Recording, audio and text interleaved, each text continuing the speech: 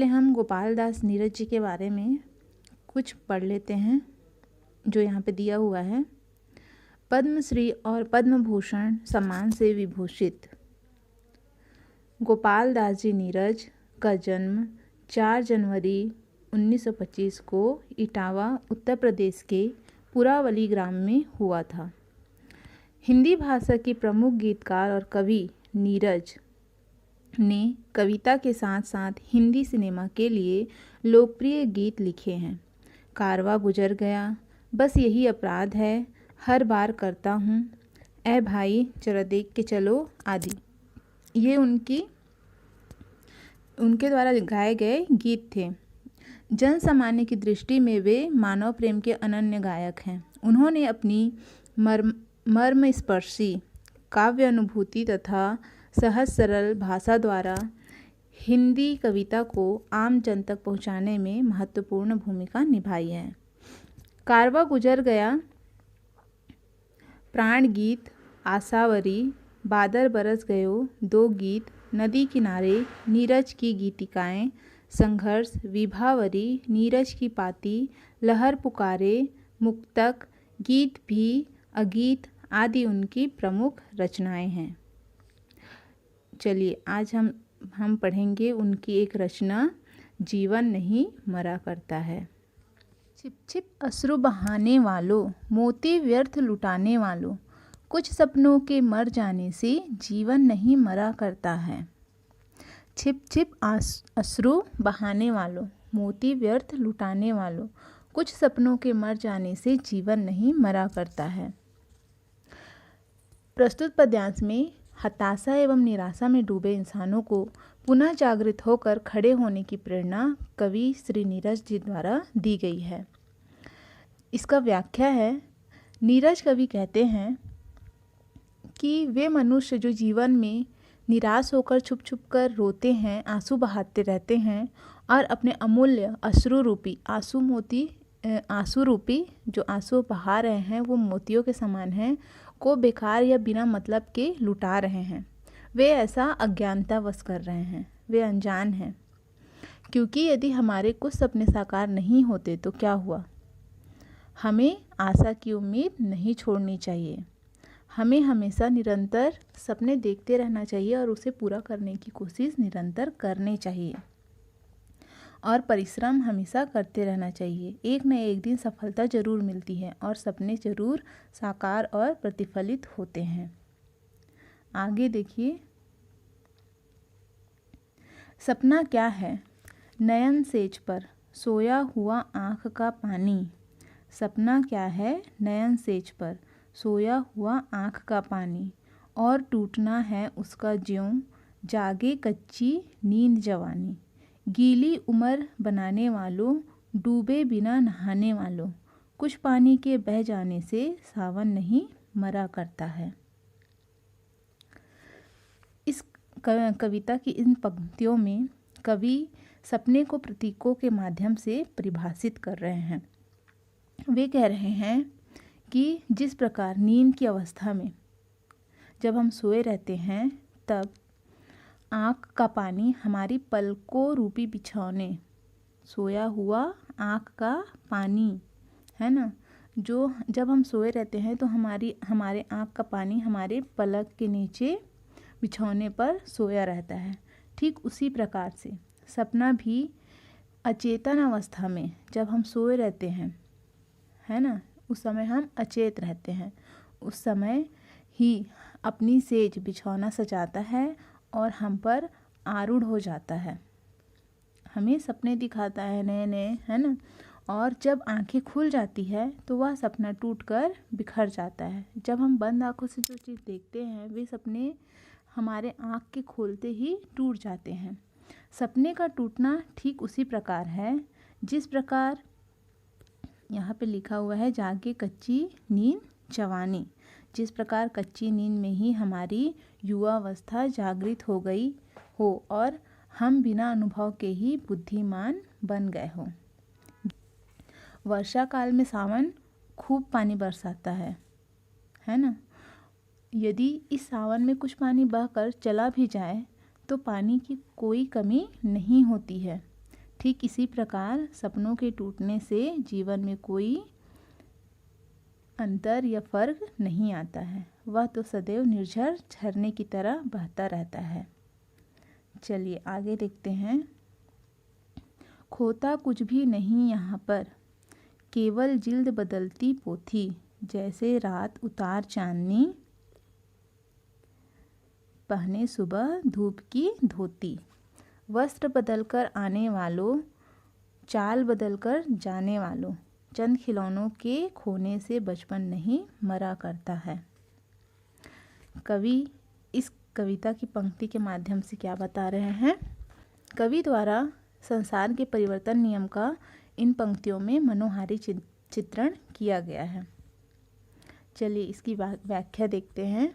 कवि कहते हैं कि खोता कुछ भी नहीं यहाँ पर, मनुष्य इस संसार में कुछ भी नहीं खोता है, क्योंकि केवल जिल्द बदलती पोथी। संसार में आया था तो वह खाली हाथ आया था, और वह जब संसार से जाएगा तो वह खाली हाथ ही जाएगा। जिस प्रकार हम पुस्तक के पुराने, केवल जिल्द बदलती पोथी, जिस प्रकार हम पुस्तक के पुराने कवर को निकाल कर नया कवर पृष्ठ पुस्तक पर चढ़ा देते हैं, अर्थात पुस्तक नहीं बदलती, उसका कवर या जिल्द बदलता है, उसी प्रकार जैसे रात उतार चांदनी, जैसे रात्रि की चांदनी निशा काल बीत जाने पर सुबह की मधुर बेला में धूप की पोशाक ग्रहण कर लेती है। रात को हमें चांदनी दिखाई देती है और सुबह सूर्य की रोशनी की वजह से वह दिखाई नहीं देती। पहने सुबह धूप की धोती, सुबह धूप की वजह से हमें दिखाई नहीं देती है। वस्त्र बदलकर आने वालों, चाल बदलकर जाने वालों। वस्त्रों का परिवर्तन एवं हमारी गतिविधियों में बदलाव प्राकृतिक रूप से घटित होता है और होता रहेगा। और यदि बचपन में हमारे खिलौने में से, चंद खिलौनों के खोने से बचपन नहीं मरा करता, और यदि बचपन में हमारे खिलौने में से कुछ खिलौने टूट भी जाते हैं तो क्या हुआ, हमारा बचपन तो ज्यों का त्यों ही रहेगा, है ना। बदलने खिलौने के टूटने से बचपन नहीं बदलने वाला। आगे की पंक्तियां हैं। लाखों बार गगरिया फूटी, शिकन न आई पनघट पर। लाखों बार गगरिया फूटी, शिकन न आई पनघट पर। लाखों बार कश्तियाँ डूबी, चहल पहल वो ही है तट पर। तम की उम्र बढ़ाने वालों, लौ की आयु घटाने वालों। लाख करे पतझर कोशिश पर, उपवन नहीं मरा करता है। लाख करे पतझर कोशिश पर, उपवन नहीं मरा करता है। कवि इन पंक्तियों से क्या बताना चाह रहे हैं? कवि ने उत्थान पतन को संसार का एक क्रम बतलाया है, जिसमें प्रकृति तटस्थ यानी बीच की बनी रहती है ना। उत्थान और पतन, उत्थान यानी कि ऊपर उठना, पतन यानी कि पूरी तरीके से नष्ट हो जाना। तो यहाँ पर कवि ने उत्थान और पतन को संसार का क्या बताया है? एक क्रम बताया है। देखिए इसका अर्थ है, कवि कहते हैं कि लाखों बार गगरिया फूटी, शिकन न आई पनघट पर। पनघट पर हजारों महिलाएं पानी भरने जाती हैं और उनके पनिहारिनों के मटकियां पनघट पर कई बार फूट जाती हैं, लेकिन पनघट की प्रकृति ज्यों का त्यों ही रहता है, वो वैसे ही रहेगा पनघट। उसी प्रकार लाखों बार कश्तियाँ डूबी, चहल पहल वो ही है तट पर। उसी प्रकार लाखों बार कश्तियाँ डूबी, चहल पहल वो ही है तट पर। इसी प्रकार क्या हुआ है, कई नावें नदी के अंदर समा जाती हैं, डूब जाती हैं, परंतु वह नदी तट वैसा ही बना रहता है, उसमें कोई बदलाव, नदी तट पर कोई बदलाव नहीं होता। चहल पहल वहाँ पे बना ही रहता है, वहाँ कुछ बदलाव नहीं होता। तम की उम्र बढ़ाने वालों, लौ की आयु घटाने वालों। वे लोग जो हमेशा अंधकार लाना चाहते हैं। तम यानी अंधकार होता है, तम मीन्स होता है अंधकार। बाधक बनकर अच्छे काम में अड़ंगा लाते रहते हैं, है ना। जो अंधकार लाने वाले हैं वो हमेशा हर काम में बाधक बनते रहते हैं। उनके ऐसा करने से समाज में कोई भी बड़ा परिवर्तन नहीं आता है, कोई भी बदलाव नहीं आता है। वो कितनों भी कोशिश कर ले, कोई बदलाव नहीं ला सकते, बुराइयों को नहीं फैला सकते। लाखों करे पतझड़ कोशिश पर उपवन नहीं मरा करता है। यदि पतझड़ चाहे कि मैं उपवन को उजाड़ दूं, सारे पत्ते झड़ते हैं फिर भी उपवन बना ही रहता है ना। तो पतझड़ के आने से उपवन नहीं मरा करता है, उपवन तो वैसे ही रहेगा, फिर से पत्तियां आ जाएंगी, फिर से हरी भरी खुशहाली छा जाएगी। यह प्राकृतिक सत्य है कि मूल प्रवृत्ति में कभी कोई विशेष परिवर्तन नहीं आता है, वह अपरिवर्तनशील होता है। छोटे मोटे बदलाव चाहे जितने भी आ जाएं, कुछ भी घटनाएं घट जाएं, पर जो वास्तविक रूप है वह कभी नहीं बदलता है। अगली लाइन है, देखिए। लूट लिया माली ने उपवन, लूटी न लेकिन गंध फूलों की। लूट लिया माली ने उपवन, लूटी न लेकिन गंध फूल की। तूफानों तक ने छेड़ा पर खिड़की बंद न हुई धूल की। तूफानों तक ने छेड़ा पर खिड़की बंद न हुई धूल की। नफरत गले लगाने वालों, सब पर धूल उड़ाने वालों, मुखड़ों की नाराज़ी से दर्पण नहीं मरा करता है। कुछ मुखड़ों की नाराज़ी से दर्पण नहीं मरा करता है। इन पंक्तियों में कवि क्या कह रहे हैं?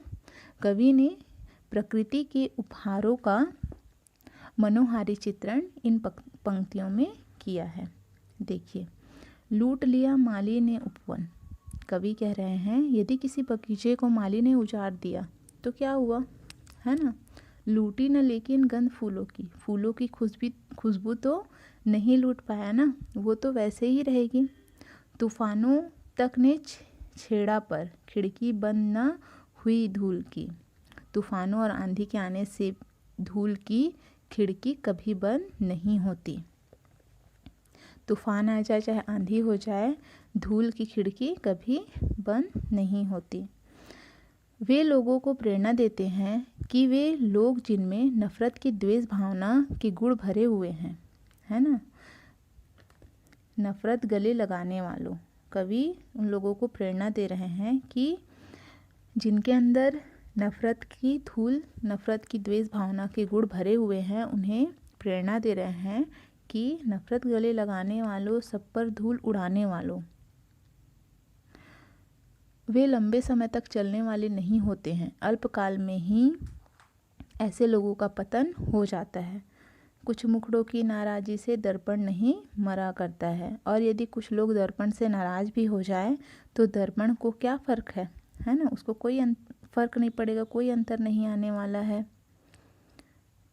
इसलिए लिखा हुआ है कुछ मुखड़ों की नाराज़ी से दर्पण नहीं मरा करता है। दर्पण तो वैसा ही रहेगा, वो टूटेगा नहीं कि लोग मुझसे नाराज़ हो गए तो मैं टूट जाऊं। तो इस प्रकार कवि ने इस कविता के माध्यम से हमें प्रेरणा दिया है कि अगर हमारा कोई सपना पूरा नहीं हो पाता है, इसका मतलब यह नहीं है कि हमारी ज़िंदगी पूरी तरीके से ख़त्म हो गई है। हमें निरंतर प्रयास करते रहना चाहिए और जीवन में कुछ अच्छा करने की कोशिश हमें लगातार करते रहना चाहिए। ऐसा समय ज़रूर आएगा जीवन में कि वह हमारा सपना जो हम देख रहे हैं, जिसके लिए हम कड़ी परिश्रम कर रहे हैं, वह ज़रूर पूरा होगा। एक दो सपने के टूट जाने से जीवन खत्म नहीं होता है। आज के लिए बस इतना ही। धन्यवाद।